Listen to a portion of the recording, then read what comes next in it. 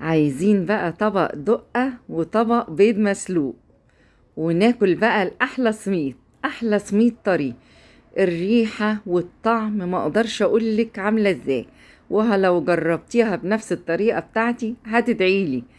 احلى سميط ممكن تاكليه. ويلا هنا هنبتدي الطريقة. بسم الله الرحمن الرحيم. هنبتدي هنا على طول. معايا البولة بتاعتي، ومعايا كوباية لبن، ومعايا كوباية ونص مية، ومعايا نص زيت، نص كوباية زيت، ومعايا 4 معالق سكر. ولو عايزة تكتري كتري السكر لاني بيبقى مسكر. ومعايا معلقة كبيرة خميرة فورية، وهقلبهم كده مع بعض. ومعايا كيلو دقيق منخول انا نخلاه، ما يعادل مثلا 8 كوبايات. الكيلو دقيق بيبقى 8 كوبايات. هلمهم كده مع بعض، وبعد كده هحطهم على الرخامة بقى واديها العجنة التمام. عندك عجانة حطي في العجانة، ما عندكيش اعجني كده على الرخامة بتاعتك وخلاص. هلمهم هنا كده بالمعلقة، وهحط بقى يعني خلاص كله اتلم كده، واعجنهم شوية واروح حطاهم على الرخامة.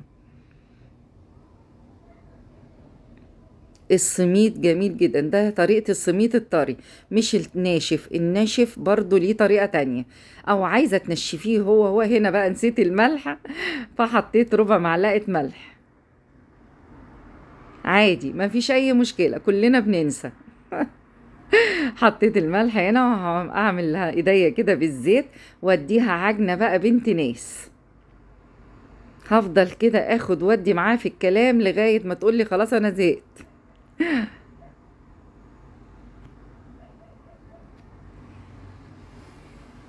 بس كده العجينة حلوة جدا، والمقادير مظبوطة جدا وجميلة جدا في ايديا، يعني العجينة ملبل. هنا خلاص هحطها كده في البولة، واروح مغطياها 10 دقايق بس، ما فيش غيره. وبسم الله ما شاء الله خمرت كده وبقت جميلة. هرجعها تاني على الرخامة، واروح عاملة ما يعني كده زي ما انتوا شايفين كده. اروح عاملاها رول كده، واروح مقطعاها بالطول، مش هقطعها حتت كده مدورة، بالطول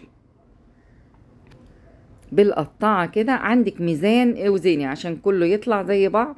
انا ما عنديش الميزان، فهعمل كده يعني تقريبا كده يطلعوا ان شاء الله زي بعض. حاولي انت بقى يعني عندك ايه، حاسه كده، وتشوفي العجينه كده في ايدك دي قد دي ولا لا، عشان يطلعوا بس متساويين. ها، والحته زياده اللي احس انها كبيره هروح واخده منها حته، وهعملهم كده كلهم واحطهم واغطيهم بس على بال ما اولع الفرن على 180، واحطهم ان شاء الله لما يخلصوا على الرف الوسطاني. ومش هشغل شوايه. عايزه تشغلي شوايه وتطلعيه السميط اللي هو الناشف براحتك، بس انا يعني عايزاه كله ان شاء الله يبقى طري، فعشان كده عملته على من غير شوايه. هنا خلصت كل الكميه وغطيتها وسبتها.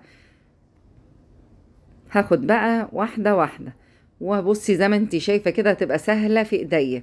ابرمي كده وبكف ايديكي مش بالصوابع، بالكف نفسه هتتضرب معاكي في ثواني. وخدي كده واحدة شمال يمين، يعني بصي ايديا عاملة ازاي، شمال هنا ويمين هنا. هتبصي تلاقيها مدياكي شكل حلو جدا. ولفيهم كده وبططي الحتة مع بعض، الزقيهم مع بعض في الاخر. هتشوفي واحدة تانية سهلة وسريعة على طول. بسم الله ما شاء الله ما بياخدش وقت. ابرمي كده بكف ايديكي كده، وروحي عاملة كده اهو. بصوا المنظر، شمال في يمين، بصي طلعلك عاملة ازاي، الشكل واضح. وبرمي كده واعمليها، وحطي بقى دي على دي، والزقيهم كده ببعض. بس هنا عندي حبة سمسم، سمسم ابيض عادي، وعندي كوباية نص يعني ربع كوباية مية، ومعلقتين عسل اسود. ربع كوبايه ميه ومعلقتين عسل اسود. باخد السميطه واروح حطاها في العسل الاسود مع الميه، واروح مغطساها في السمسم، واروح حطاها في الصاج. الصاج مدهون، يعني ده انتوا كده بالفرشه زيت زي ما انت شايفه كده. بدهن احط كده في الصينيه، واروح مغطساها في السمسم. سهل وسريع وما بياخدش اي وقت. هوريك هنا واحدة تاني هبرمها بنفس الطريقة كده. بصي المنظر اهو. لفي بقى كده اكنك بتلعبي يا ست الكل، عادي مفيش اي مشكلة. يعني جميل جدا، رصيتهم كلهم. هنا السمسم الابيض خلص فحطيت سمسم كان متحمص عندي، فكذا واحده كده باينه ان هو السمسم متحمص يعني عشان الابيض خلص. وهغطيهم كده واروح ما فيش 5 دقايق واروح مدخلاهم الفرن. دخلتهم الفرن من غير شوايه وطلعوا. غطيتهم برضو 5 دقايق تاني. وبصوا المنظر بقى، يا رب على المنظر جميل، ولا الريحه ما اقدرش اقولك، ولا الطعم حكايه. والله العظيم الطعم حكاية. حبة دقة بقى وكذا بيضة مسلوقة كده وكوباية شاي وانسي. فطار عشاء في اللانش بوكس تحطي واحدة لابنك ولا لبنتك. جميل جدا جدا. وبصي الواحدة بقت بكام بره، وبصي بكيلو دقيق طلعنا كام واحدة سميطة. ولا أروع من كده. الشكل بيتكلم. وما اقدرش اقول لكم على الطعم بقى.